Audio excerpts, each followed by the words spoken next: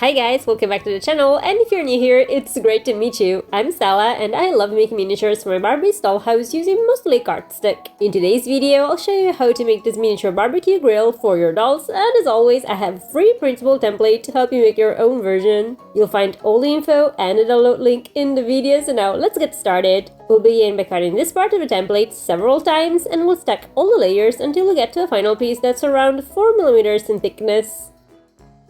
And as usual, I suggest using cardstock rolled packaging for this, as well it's virtually free, which never hurts, and also it's quite thick but very easy to cut. You can use a cutting machine if you have one, or regular scissors and a craft knife. We'll repeat this step to make a second identical piece, then we'll cut this part twice and we'll glue the two pieces on top of the two panels we've just assembled. Next, we'll cut this part 3 or 4 times and we'll stack all the layers until we have a piece that's about 2mm thick. We'll repeat the same process for this part and for this one. And if you're cutting by hand, I suggest piercing these small holes with an awl or a big needle. And of course, if you have a cutting machine like a Cricut, a Silhouette, or an M1 Ultra like mine, you can use my digital templates, which you can find in my shop, linked in the description. We should end up with these 5 pieces and we'll have to paint them all with black acrylic. And you can find the colors and all the other supplies I used for this project linked in the description in case you're curious.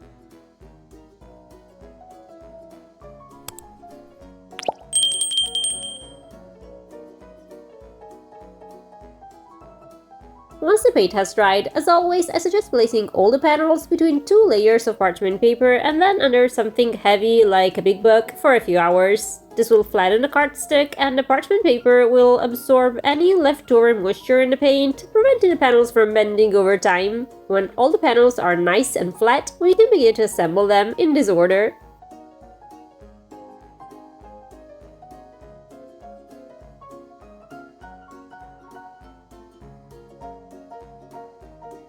With the base structure ready, we can start working on the details. First, we'll cut this part twice and we'll glue the two sides together. And if you're using my free printable template, I suggest cutting these holes with either a pen knife or manicure scissors. Next, we'll cut this part 3 or 4 times and we'll stack all the layers together. We'll glue the resulting piece to the previous one, making sure that all these tiny holes are aligned. After that, we'll cut this tiny strip a few times and we'll stack all the layers until we reach a thickness of about 3mm.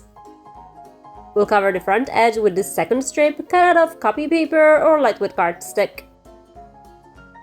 And finally, we'll glue the resulting piece to the bottom of the previous one this way. We'll paint the entire surface black.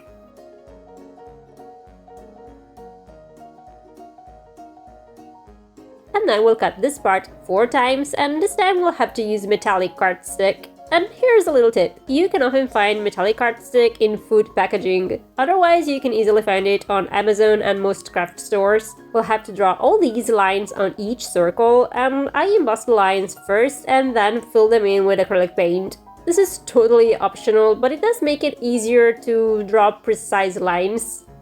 We're gonna glue these 4 discs to the black panel, and of course we'll have to align them with the holes on the panel. To create a working knob, we'll start by cutting this tiny circle multiple times and we'll glue all the layers together until we have a piece that's about 4mm thick. Then we'll cut this little strip and we'll press it against a wet sponge to soften it and make it easier to bend. We'll roll the strip around something like a pen until it takes this curved shape, and then we'll glue it around the previous part like this. We'll top the resulting little cylinder with this part, and once again I use the scoring and filling in method to draw this small line.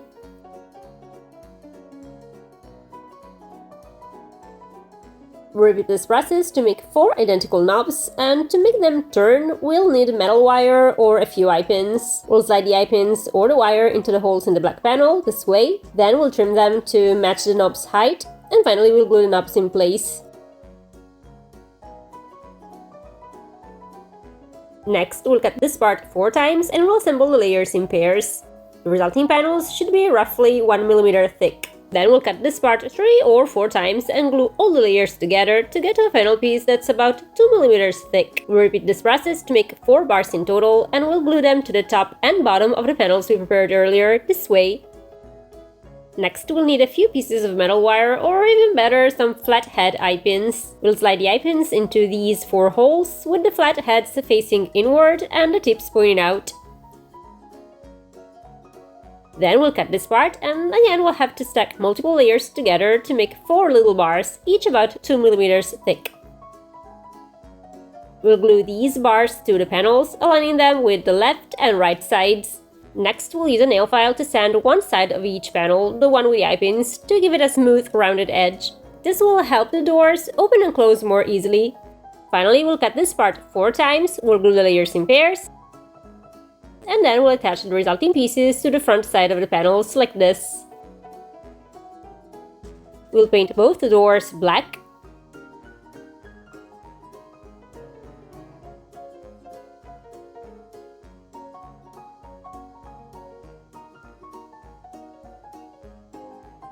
Then we'll cut these strips out of metallic cardstock and we'll glue one to each door handle. At this point, we can attach the doors to the rest of the grill structure like this. And finally, we'll glue the top panel in place.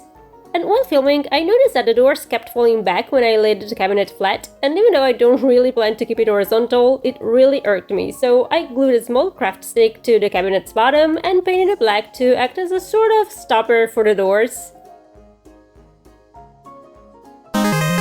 Time to start working on the grill itself. First, we'll cut this from lightwood cardstock, and I know it's kind of a funny shape, but it'll make sense in a moment. We'll fold all the sides like this, and I use a sheet of black cardstock, but any color will work. You can quickly paint it black with a marker.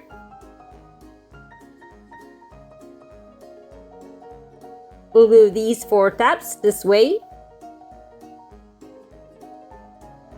And we should end up with this little tray. Next, we'll cut this part twice, and we'll glue the 2 sides together. We'll have to paint the resulting piece black.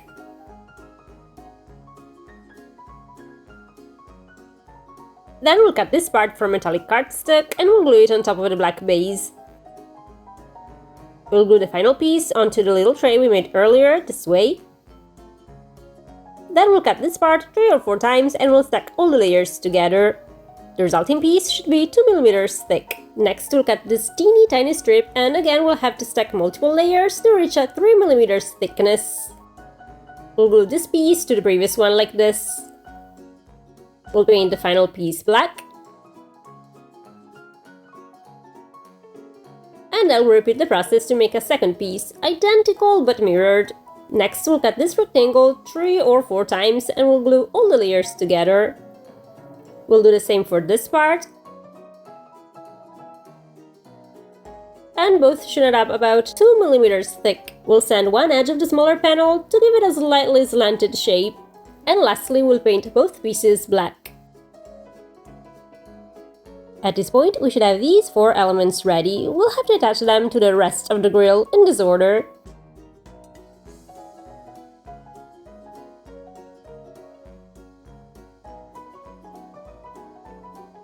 Next, we'll cut this part 3 or 4 times, and we'll stack all layers to get a final piece that's about 2 mm thick.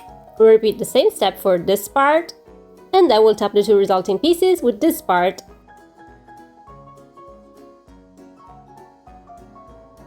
Next, we'll cut this part a couple of times, and we'll glue all the layers together. We'll do the same for this part, but this time we'll repeat the process to make 6 identical pieces, all roughly 1 or 2 mm thick. We should end up with all these pieces, which we'll have to paint black.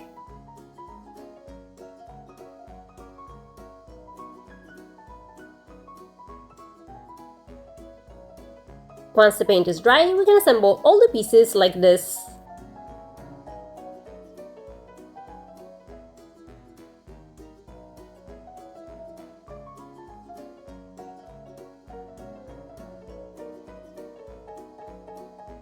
Next, we'll cut this part from lightwood cardstock, and we'll spray it with a little bit of water to make it softer and easier to shape. Then we'll carefully glue it over the rest of the lid to create its top. We'll do the same for this part, which we'll cut from metallic cardstock, and I used a piece that's recycled from food packaging, which was quite thick, so I peeled off the cardstock backing and sanded it down to make it thinner. If you're buying metallic cardstock, you know, the kind made for crafting, it should already be thin enough so you won't need to do this.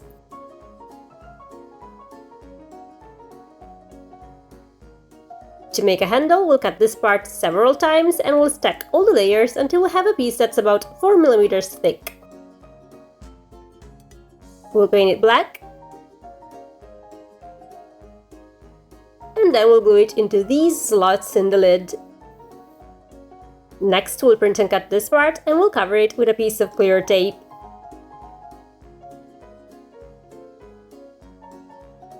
Then we'll glue it on top of this part to make it a bit thicker. Now for the metallic frame, I use this scrapbooking brad. I just removed the gem, snapped off these strip thingies and glued it to my printed design.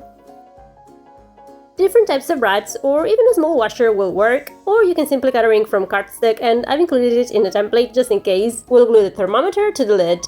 And then we'll attach the lid to the base by sliding a couple of eye pins through the lid holes and into the base. And a dab of glue or UV resin will keep them in place.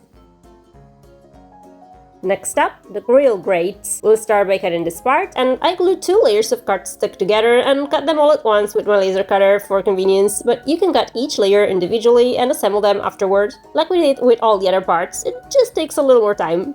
We'll do the same for this part, and then we'll glue the 2 elements together. The final piece should be about 2 mm thick. Next, we'll cut this part 3 or 4 times and we'll stack all the layers together. We'll repeat the process to make a second identical piece, and then we'll glue the resulting little handles to the grate. To make the smaller grate, we'll just cut this part and again stack 2 layers to make it a bit thicker. Then we'll grab a couple of skewers or small round sticks and glue them to the left, right, and center of the cardstock piece. And as I was making this, I realized this might actually be an easier way to create the grates if you were cutting by hand, so I tried making the bigger one the same way. To give the grates a metallic finish, I began by spraying them with chrome paint. Then I dabbed on some black paint to give them a sort of used burnt effect. And I think in the end, these 2 grates look almost identical, so skewers might actually save you some time if you're using my free printable template. Speaking of which, here it is as promised. And if you want to make a little outdoor table and chairs set to go with this grill, you may enjoy watching this next video. And this is all for today. Until next time, bye!